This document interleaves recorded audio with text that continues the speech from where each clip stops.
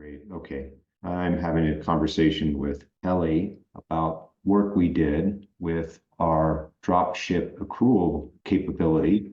We had a client that had a more complex flow than we typically encounter in their business model. They have multiple entities. Basic idea is they have one entity that's selling, and sometimes that entity works with a sister organization that's a manufacturing entity. And that manufacturing entity sometimes has to go out and do drop ships themselves to fulfill. We ultimately need the drop ship functionality that we have enhanced for be triggered automatically right from the beginning on the selling side. So it passes through and all the costing and all the benefits and all that stuff pass through. So Ellie, can you describe again the idea of how this came together? So the sales order, which is placed against a certain location, this is our standard dropship accruals bundle functionality. If the location is identified as a dropship location on the line level, then we will spur off a purchase order for that dropship location. So this will be a standard Prolecto dropship purchase order, which pulls over information from the sales order, such as customer ship to, and there's other functionality that we employ on those purchase order in order to have it behave as a dropship special order. Now, in this situation, because we're dealing with this one world situation where there's an intercompany purchase order for a sales order, the company will constitute that sales order through the native intercompany create sales order module. That's native functionality. And this sales order then needs to source based on location having been a dropship location in entity A, in the selling entity. Now we need to identify the dropship location for the manufacturing entity. Being that locations are subsidiary specific, we need to enhance the sales order, the intercompany sales order that is generated on the manufacturing entity side to then also inherit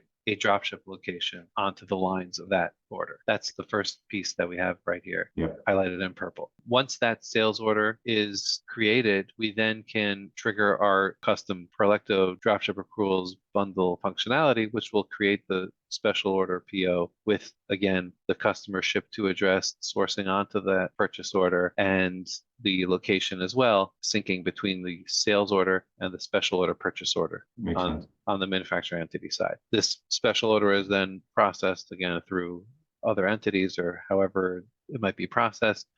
Once that receipt is created, so this is where interesting functionality kicks in because we have the special order, purchase order receipt for the manufacturing entity, which might include packages and tracking. Again, that's part of the Prolecto dropship accruals bundle. That information will trigger automatically an item fulfillment for the linked special order sales order within the manufacturing entity. That sales order will inherit those packages from this receipt. We have additional information again, which is a flag, which is going to be set in this environment, indicating that this is not a standard special order sales order on its own. Rather, it's tied again to another entity, to a linked intercompany purchase order. Being that it's linked to the intercompany purchase order, we then trigger our new functionality within the Prolecto business process automation bundle, which is to auto create an intercompany receipt off of this manufacturing entity item fulfillment in this scenario. So this single receipt in the manufacturing entity on the special order purchase order will trigger an item fulfillment, which then feeds packages and tracking information up to an item receipt in the sister entity,